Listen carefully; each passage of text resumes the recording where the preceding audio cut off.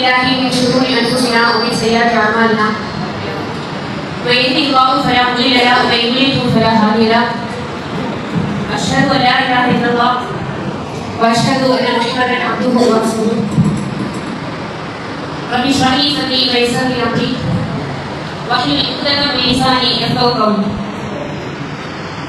அருள் சர்வாளர் மிகந்த அன்புடையவருமாகிய எல்லாம் வல்ல அல்லாஹ்வின் திருப்பெயரால் நாமெல்லாம் இந்த மாலை பொழுதிலே அல்லாஹ்வின் மார்க்கத்தை அறிந்து கொள்ள வேண்டும் என்ற அழகிய நோக்கத்திற்காக ஒன்றுபடுகிறோம். அதன் நோக்கத்தை ரஹ்மான் நிறைவேற்றி தந்துவிட வேண்டும் என்ற பிரார்த்தனையோடு அறிவுரைகள் பயன் தராததையே என்ற தலைமையாக ஒரு சில விடயங்களை பேசலாம் என முக்கியமாக வாழக்கூடிய நாம் நம்முடைய வாழ்க்கையிலே மார்க்க அறிவுரைகள் என்பது மிகவும் முக்கிய பங்காக வருகிறது. நாம் கேட்கக்கூடிய ஜும்மா உரைகளாக இருக்கலாம், குர்ஆன் ஹதீஸ் வகுப்புகளாக இருக்கலாம், தர்பியா நிகழ்ச்சிகளாக இருக்கலாம், மார்க்க பொதுக்கூட்டங்களாக இருக்கலாம், அல்லது அவ்வப்போது நம்முடைய கையில் வைத்திருக்கும் போனில் நாம் கேட்கும் மார்க்க அறிவுரைகள் எதுவாக இருந்தாலும் சரி, அது ஒரு முஸ்லிமுடைய வாழ்க்கையிலேயே அவனுடைய தவறை கடந்து அவரை அழகிய முறையில் சீர்படுத்துவதற்கு மிகவும் முக்கியமான ஒரு விஷயமாக பார்க்கப்படுகிறது. அல்லாஹ் இந்த அறிவை பற்றி நன்மை காலையில் பேசும்போது சொல்கிறான்,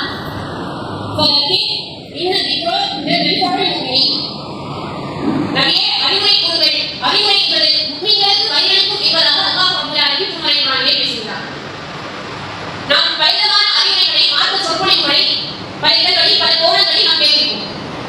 நம்மில் எத்தனை பேருக்கு அல்லாஹ்வுடைய வசனமும் நபிகளாருடைய பொன்மொழிகளும் நம்முடைய வாழ்க்கையில் எந்த மாற்றத்தை ஏற்படுத்தியது என்பதை நாம் கவனிக்க வேண்டும்.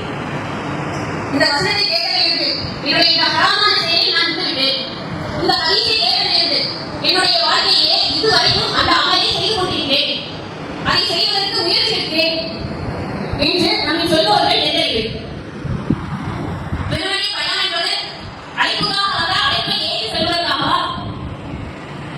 பயான் உரைகளை எப்படி கேட்க வேண்டும் என்று சொன்னாய்க்காக பேசினர்.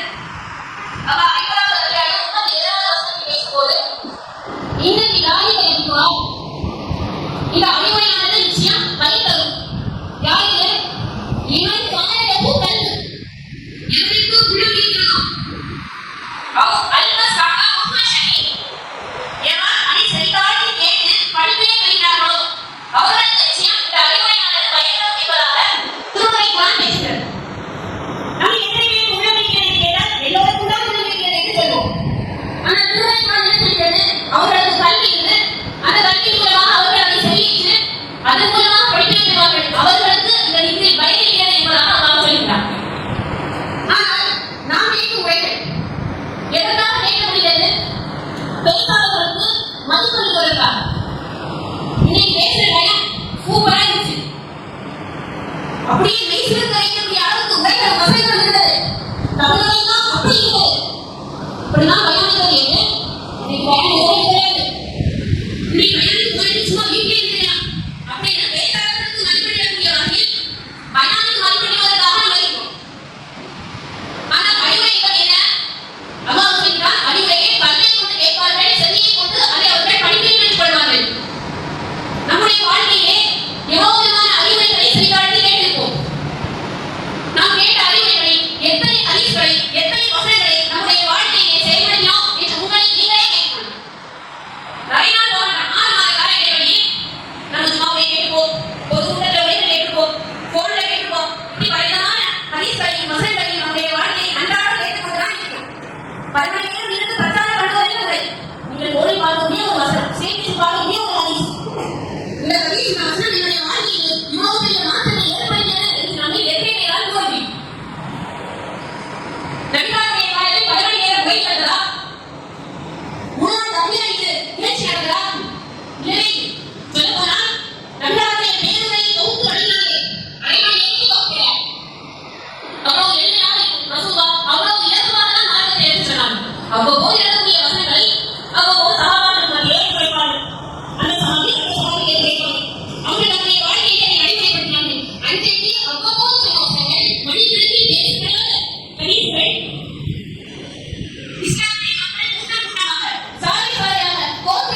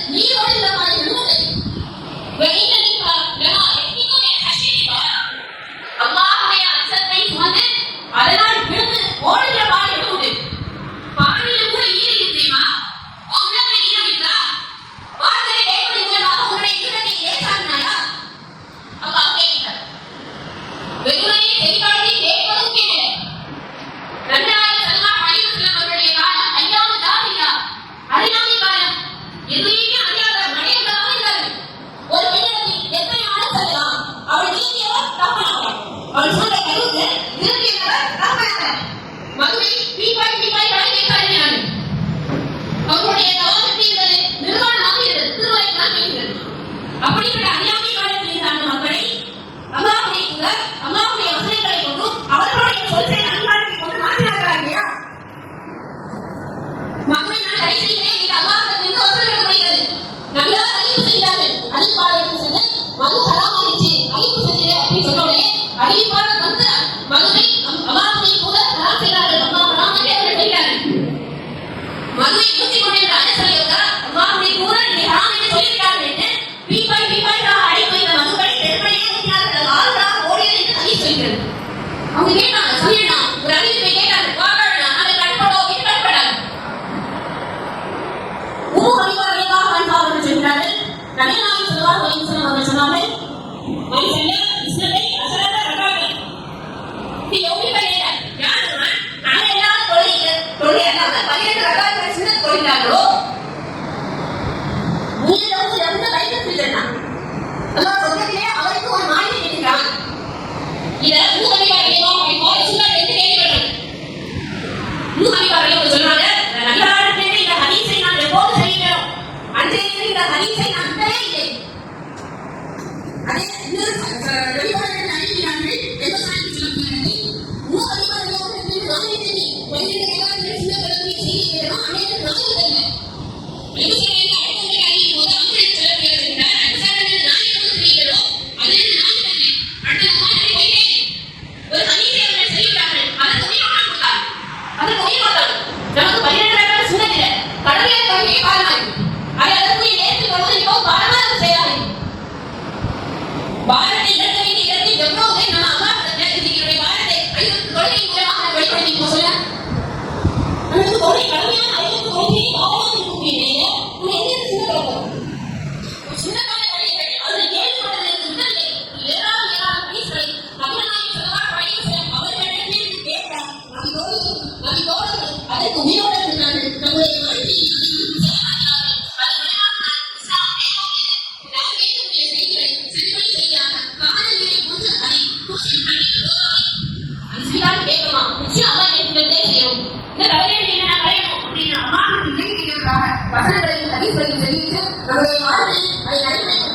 வாழ்க்கையில் எனக்கு உங்களுக்கு தகவல் வேண்டும் என்ற வார்த்தையோடு என்னுடைய பேச்சு வாசகமான எல்லாரும் சில